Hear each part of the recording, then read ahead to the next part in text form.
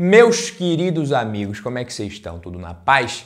Quem tem acompanhado o mercado financeiro recentemente, com certeza já sabe que alguns fundos imobiliários estão, entre aspas, sofrendo o pão que o diabo amassou, se lascando, enfrentando um tenso período de queda.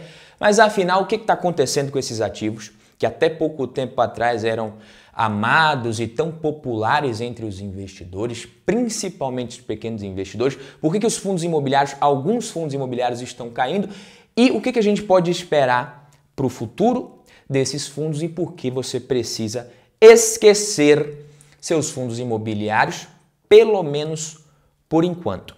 No vídeo de hoje, eu vou te explicar tudo que você precisa saber sobre a situação atual dos fundos imobiliários, sobre esse assunto de forma geral. Se você é um investidor que tem ou pretende começar a investir em fundos imobiliários, esse é o vídeo, e adianto que é um vídeo um pouquinho diferente dos que você está acostumado a ver normalmente por aí, principalmente aqui pelo YouTube.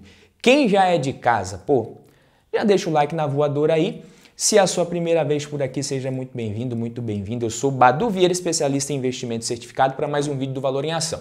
Um problema que eu percebo em muita gente que investe em fundo imobiliário, principalmente quem começou há pouco tempo, é o seguinte: que problema que é esse, né? Começou a investir porque fundo imobiliário era muito bom, porque paga bem mais que renda fixa, porque era hora de investir em fundos imobiliários. Isso significa que muita gente acrescentou essa classe de ativos na carteira, começou a investir nisso, pulando algumas etapas do processo. E quem está se perguntando se ainda vale a pena investir em fundo imobiliário, se é hora de vender, se é o momento de comprar, coisa desse tipo, quem está com esse tipo de dúvida agora, pulou no mínimo as etapas relacionadas a perfil e objetivos, a parte da estratégia de investimentos e principalmente a análise das classes de ativos e dos ativos especificamente. E se pulou, agora que chegou o momento ali de você não parar e otimizar sempre a sua carteira, essa pessoa ela vai acabar fazendo justamente o contrário.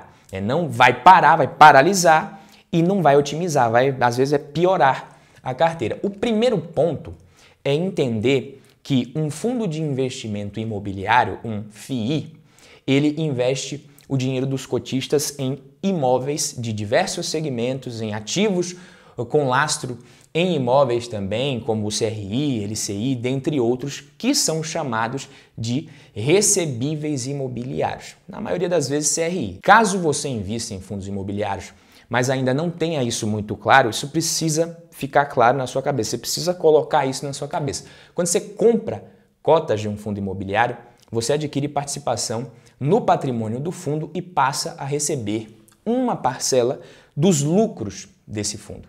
Entendeu? Então essa parcela é proporcional à sua participação, ao quanto das cotas você tem, quanto de cotas que você tem naquele fundo. Grande parte dos fundos imobiliários investe na aquisição de imóveis para renda. E nesse caso, o lucro vem de onde? Vem da locação dos imóveis, do aluguel. Só que existem os fundos que lucram com compra e venda de imóveis também, com construção de imóveis para venda ou também para depois gerar renda. Existem vários tipos de fundos e também tem os fundos de recebíveis ou os fundos de papel, que são os que mais sofrem nesse momento, que compram títulos com lastro no mercado imobiliário. A maioria deles, como eu falei, CRIs. Então são títulos de renda fixa que pagam juros periódicos. Então o lucro desses fundos vem do recebimento desses juros e, eventualmente, da venda antecipada dos títulos no mercado. E esses juros são pagos justamente por quem está devendo. E, como pode acontecer em qualquer relação de empréstimo, de dívida, um tomador pode, eventualmente, se tornar um caloteiro, mesmo que seja apenas por um tempo. Então, esses calotes eventuais vão comprometer os pagamentos de juros, que são a maior parte do lucro desse tipo de fundo imobiliário. Badu, por que o preço das cotas está caindo em muitos fundos? Vamos lá, depois eu dou a resposta que você está querendo ouvir, ou a que você às vezes acha que é a certa agora, mas antes vamos para a resposta que vai te fazer esquecer toda essa besteira. Um fundo imobiliário, um fundo de investimento imobiliário, ele é um investimento de renda variável, o que significa que o preço das cotas do fundo podem variar ao longo do tempo e a renda recebida pelo investidor também. Ah, Badu, isso aí eu já sei. Não, você já sabe? O fluxo de caixa, presta atenção, é incerto, mesmo que o investidor não ligue para essa incerteza quando ele compra somente de olho no maior dividend yield. O retorno do investidor também depende dos lucros dos ativos que compõem o portfólio do fundo. Vai prestando atenção. Então, os riscos existem e são maiores do que na renda fixa, bem maiores. O problema é que o investidor ele é craque em se interessar por retorno e meio amador na hora de avaliar os riscos. É aqui que mora o problema. E aí que entra a separação dos tipos de fundos imobiliários, considerando os rendimentos pagos, e aqui que é o coração do vídeo. Você tem os FIIs high grade. High grade significa alta qualidade. Então são fundos que focam em qualidade e segurança, e o preço dessa qualidade e dessa segurança, ele é pago na menor rentabilidade. A rentabilidade desses fundos acaba sendo menor. Esses fundos, eles visam garantias maiores, devedores com risco de crédito muitas vezes menor, uma chance menor de dar problema. Essa é a definição. São FIIs que vão ser mais difíceis de dar problema, igual está dando agora, entendeu? Você pergunta aí, Badu, por que está dando problema? Esses FIIs high grade são FIIs mais difíceis de dar problema. O negócio, ele está mais feio agora para os FIIs do tipo high yield, que quer dizer alta rentabilidade. Veja você, Então são fundos imobiliários que costumam pagar um rendimento acima da média para os cotistas, paga acima da média mesmo, dividend yield, costumam pagar, Geralmente se trata de imóveis em regiões não tão valorizadas ou às vezes tomadores de qualidade menor. E aí nesse tipo de negociação dá para cobrar mais pelo fato de o fundo correr mais risco. E tem os fundos imobiliários do tipo nem, que eu chamo, nem high yield e nem high grade. Então, os FIIs do tipo middle risk, na verdade, que são os FIIs aqui o risco é intermediário. Então, a resposta para a queda é que os riscos relacionados à classe de ativos e aos ativos especificamente acabaram se materializando, refletindo isso no preço das cotas. Mas eu sei que você não espera uma resposta simples assim, por mais que seja simples, você quer uma justificativa. Então, vamos olhar para os fundos que mais caíram, fundos que caíram muito nesse período mais recente, para ver se isso faz sentido mesmo. DEVA 11, queda de mais de 40% no ano, um fundo de papel, high yield. HCTR 11, outro high yield, dividendos de mais de 26% nos últimos 12 meses, muito graças à queda de mais de 45% esse ano somente. VSLH 11, high yield também, quase 50% de queda no ano. É queda, meu amigo. TORD 11, derretendo mais que picolé no Rio de Janeiro, 40 graus. Mas vamos para os fundos high grade aqui. KNRI 11, subiu 2% no ano. KNCR 11, praticamente nada de queda no ano. RBRR 11, caiu 1%, quase nada. MGCR 11, ainda subiu um pouquinho, quase nada, mas subiu, mesmo com a classe caindo. Então, no meio, a gente tem ali alguns fundos middle risk, MCCI 11 caiu 3%, chegou a cair 7% no ano. RECRE 11, RECR 11 caiu cerca de 14%. O ponto é que alguns fundos de papel têm sofrido com inadimplência envolvendo CRIs, especificamente os fundos high yield, que eu falei, se o investidor já deveria saber desse risco, e além disso, muitos fundos com muita exposição em ativos indexados ao IPCA acabam sofrendo com expectativas de queda na inflação.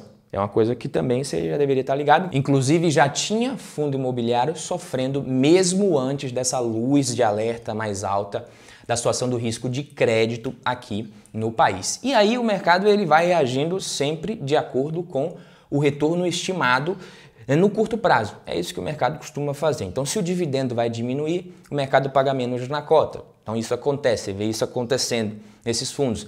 As empresas estão com a margem apertada atualmente, muitas empresas, por conta também, às vezes, da despesa financeira que aumentou, o juro mais alto, para de pagar. O risco de crédito no Brasil está mais elevado, o dinheiro está mais caro. Então essa é a realidade. E aí o investidor, muitas vezes ele para e pensa se o risco de inadimplência é mais alto, o risco de calote é mais alto. Vamos ver qual que é a qualidade desse imóvel, qual que é a qualidade de garantia desses títulos de dívida, desses CRIs, porque se não for muita qualidade, vamos sartar fora. Isso vale para o investimento em debêntures também, fundos de infraestrutura, tudo que tem relação com dívida, você olha a qualidade da garantia. Então, se a garantia for muito boa, às vezes o credor ele torce para o cara não pagar, não conseguir pagar, ele prefere ficar com a garantia. Às vezes, se a garantia for muito boa ou tiver sido superdimensionada para aquele crédito. Então, às vezes, você tem dentro do fundo um imóvel de 50 milhões alugado por 10% ao ano, dá 5 milhões, e tem outro fundo que está alugando um imóvel de 35 milhões por 5 milhões também. O mesmo aluguel para imóveis de valores diferentes. Enquanto os inquilinos estão pagando todo mês ali, todo mundo quer ser dono do fundo que conseguiu o percentual maior no imóvel mais barato. Mas é o inquilino desse fundo que às vezes sofre demais, quebra numa crise, atrasa, deixa de pagar, deixa o rombo e sai porque quebrou. A mesma coisa vale para fundos de papel, que investem em dívida, como eu falei. Então eu ia preferir, por exemplo, alugar minha casa baratinho para a dona Florinda do que cobrar um absurdo no aluguel para o seu Madruga. Eu prefiro receber, mesmo que pouco, do que nada. Porque tá lá no papel que o aluguel é muito caro, mas não recebo. Qual que é a lição que o investidor precisa tirar num momento como esse aqui? Qual que é a grande lição que você precisa tirar? Risco no papel é uma coisa e risco se materializando é outra, meu amigo. Então, quando você for analisar um ativo, não analise os riscos da mesma forma que você estudou mitocôndrias na escola, como uma coisa que você nunca ia precisar na vida. Esteja ciente de que em algum momento esse risco pode se materializar, por isso que é um risco. É porque retorno alto ele atrai, mas o risco é o que expulsa os investidores desatentos. Você precisa sair do grupinho que só investe no que está na moda, no que está pagando muito e etc e tal. Tá? E às vezes foge com o rabo entre as pernas ali quando o risco impacta o preço do ativo. Não é para fazer isso, isso é errado. Então o que você faz agora? É hora de vender? É hora de comprar? É hora de sair fora e fugir? Essa pergunta do é hora de, ela costuma ser um belo de um esmeril de patrimônio. O investidor que fica sempre querendo saber qual é a hora de fazer o quê? Não é hora de nada. Esquece o que está acontecendo. Esquece essa queda dos fundos imobiliários. Por enquanto, foca no que a classe de ativos representa. Para que serve? Serve para geração de renda passiva. É por isso que eu invisto. Beleza, é isso que você quer no ativo? É isso que você quer? Você quer renda passiva, pelo menos para uma parcela da sua carteira? Então, o fundo imobiliário pode ser uma opção. O crescimento do patrimônio vai ser menor do que em outras classes, mas você vai ter renda. Não é renda que você quer? Então, beleza, pode servir. Agora, qual que é o risco que você está disposto a correr para obter essa renda? Qual que é a volatilidade que você está disposto a aceitar? Você sabe que essa renda, às vezes, ela vai oscilar. Eu quero uma renda não muito volátil, eu quero pouca volatilidade, não quero que dê problema. É high grade. Se você quer pouco risco, é high grade. Tá, mas o que o investidor cabeça de breu faz na hora que ele abre o home broker para escolher um fundo imobiliário? Ele vê o high grade como low yield, o yield baixo, então não é alta qualidade que ele vê nesse fundo, ele olha para o fundo, olha ali para o ticker, vê o dividendo baixinho e fala, é um fundo merda. E o high yield, que ele deveria enxergar como low grade, um fundo com ativos de menor qualidade, de mais risco, ele não vê dessa forma, ele enxerga como um baita de um ativo, a melhor coisa do mundo. Olha que fundo top, que fundo maravilhoso, meu Deus, que dividend yield sensacional, aquele dividendo mequetrefezinho daqueles fundos de tijolo modinha que estão pagando 9%, 10% ao ano e os trouxas comprando. Aí por isso que quando cai, fica perguntando por que está caindo. Na cabeça desse investidor, cabeça de breu, não tinha risco, era só retorno. Ele nem sabia que tinha risco. Então, se ele tivesse analisado, ele nem perguntava, né? Ele não ia ficar digitando por que está caindo, ele já ia imaginar, deve ter sido aqueles calotes lá que podia acontecer e está rolando agora, e PCA agora caindo também, então isso aqui, o Brasil vai continuar tendo inflação, então eu não me importo com isso aí, pelo menos é temporário. Longo prazo, quando você investe no longo prazo não tem problema. Então quem não entende que está comprando um fundo high yield, muito exposto ao IPCA e tal e coisa, na hora que começa a cair, vai lá no Google, por que o ABCD11 está caindo, né? Entendam uma coisa, meus queridos, os melhores negócios que você vai fazer na vida irão envolver duas premissas básicas na hora do que você falar em investimentos, em qualquer tipo de investimento.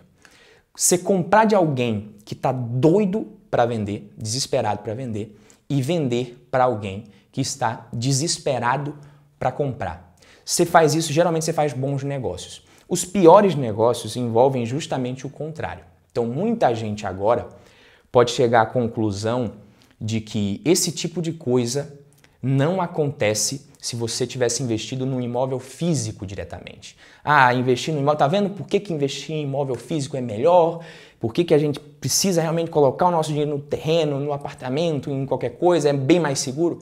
Isso não acontece porque a mentalidade das pessoas funciona melhor se ela vê o raio do imóvel, conseguir entrar, pisar lá dentro, abrir a porta. Você não vende mais barato se o teu inquilino atrasou, te deu um calote, né? Você vai procurar um inquilino melhor, fala com a imobiliária, olha, arruma outro aí. Você não vende mais barato, você não coloca para vender pelo preço mais alto que tem alguém querendo pagar naquele dia e vende o seu imóvel. Quando você tem um imóvel físico na mão, você procura um corretor, uma imobiliária, fala por quanto que você quer vender e vai embora.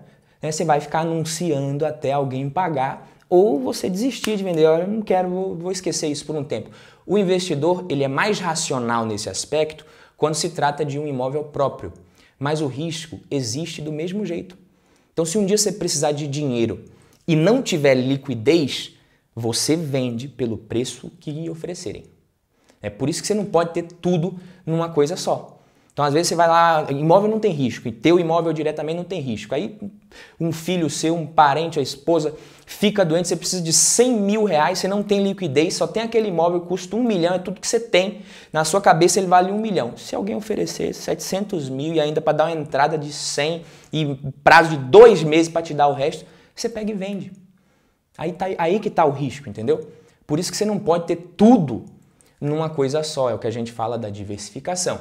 É por isso que tem que ter reserva de emergência, reserva de oportunidade também, porque esse tipo de investimento, os investimentos que servem para isso, quando os ativos de risco estiverem todos sofrendo praticamente na sua carteira e os que você não tem liquidez também, se não precisar resgatar, vai ser a reserva de emergência e a reserva de oportunidade que você vai poder resgatar sem ter prejuízo, entendeu? Caso contrário, uma hora ou outra, você vai acabar do lado dos que estão doidos para vender sem ter ninguém louco, ansioso para comprar do outro lado. Aí você vai ter que aceitar o preço que te oferecerem, igual muitos investidores cotistas de fundos de papel high yield nesse momento. Só que um tempo atrás, se você voltar, alguns anos atrás, 1, 2, 3 anos, você vai ver que era justamente o contrário. Estava todo mundo louco para investir nisso. E o preço lá em cima. Então, constrói a sua carteira, monta a sua carteira, respeitando o seu perfil, os seus objetivos, ajusta uma alocação que te permita esquecer os ativos em momentos como esse. Se são bons ativos, ou você vai comprar mais ou você simplesmente esquece, deixa quieto. É longo prazo, na verdade, não tem prazo definido para você. Tá? E se isso não combina com o seu perfil, você também esquece, porque você nem comprou lá atrás. Se comprou, foi um erro, e aí se errou, aprende. Se perder dinheiro, a gente assume a culpa e não tenta culpar ninguém pelo nosso prejuízo. É uma das coisas também que você tem que levar para os investimentos. Aprender com o erro dos outros é a forma menos dolorosa de você aprender. Aprender com os nossos próprios erros dói bem mais mas ajuda também. Mas o doído mesmo é você passar a vida e não aprender nunca, porque você sempre coloca a culpa em outros fatores, em outras coisas, é no governo, é nisso, é naquilo, e nunca admite que errou em nada. Beleza, meus queridos amigos? Esse foi o vídeo de hoje. Quem ficou até o final, comenta aqui embaixo, hashtag até o final. Fico por aqui. Vejo você no próximo vídeo. Tamo junto. Valeu, papai!